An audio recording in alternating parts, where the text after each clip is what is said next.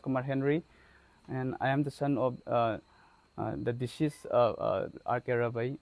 I am from Moirang Mairembam Leikai, and being a citizen of Moirang, I feel very sorrow, very what to say, very traumatic, because these Kuki militants, they attack this Moirang town from the foothills of this Tronglaubi and the hilly areas, and the range of these missiles is almost around 6 to 7 kilometers. So it's a very terrible thing to know, and also because it struck in the INA, nearby INA, which is the resident of Sri Koireng Singh, the ex-Chief Minister of Manipur.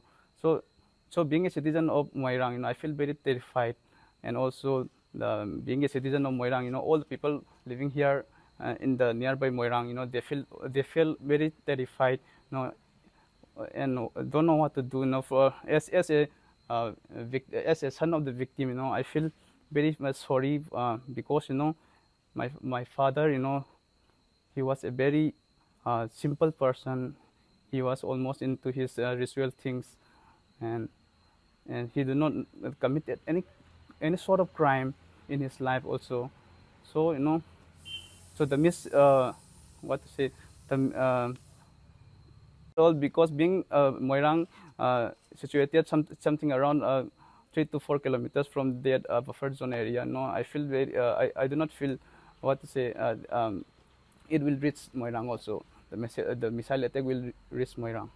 So yesterday at my residence here at Moirang Mairembam Leikai, which is also a residence of former Chief Minister of Manipur, Mairembam Koireng Singh, who also happens to be former INA soldier and freedom fighter, a missile launched by Kuki militants landed at just right beside the statue of M. Koireng Singh, and right at this spot where I'm sitting here, we were getting ready, preparing for an Asti ceremony for the death of my grandmother.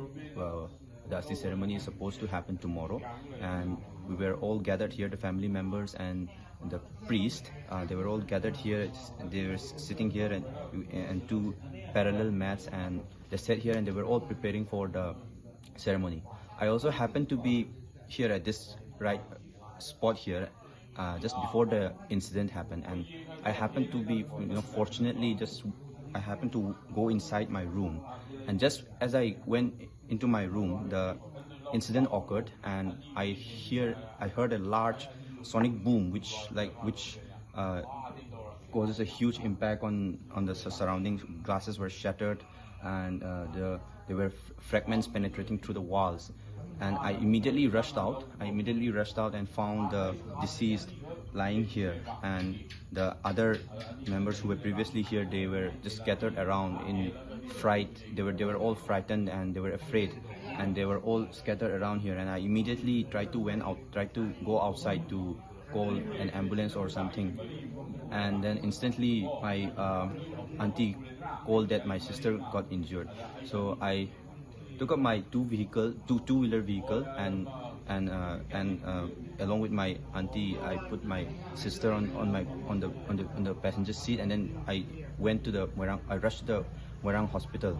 And when I reached there, I dropped my sister, and then I told the people there, and I came back here along with the ambulance. And just when I reached here with the ambulance, the priest was declared dead instantly. And after that incident, we all went to RIMS for the treatment of the injured people, and fortunately they were all fine with no serious injuries. But the main important thing that I would like to say here is the trauma that is left behind in the people living in Moirang, in my hometown, is pretty tremendous, and it's pretty huge, because my residence here is just very near to the Loktak Lake, and also it is not that very near to those hill ranges where the violent and those clashes occur between the two communities. And it's quite far.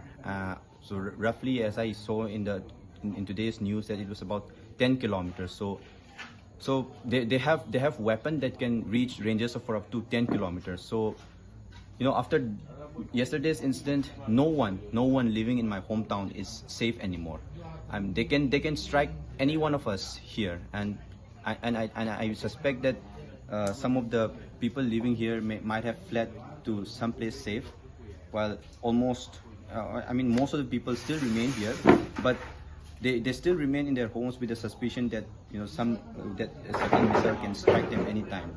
So we are all living in fear with that trauma of yesterday's incident, and this is quite unfortunate and very unpleasant, quite unpleasant, and especially to the young children out there. They will be just sleeping with the trauma or with the fear that something might happen in their sleep, or something might hit them.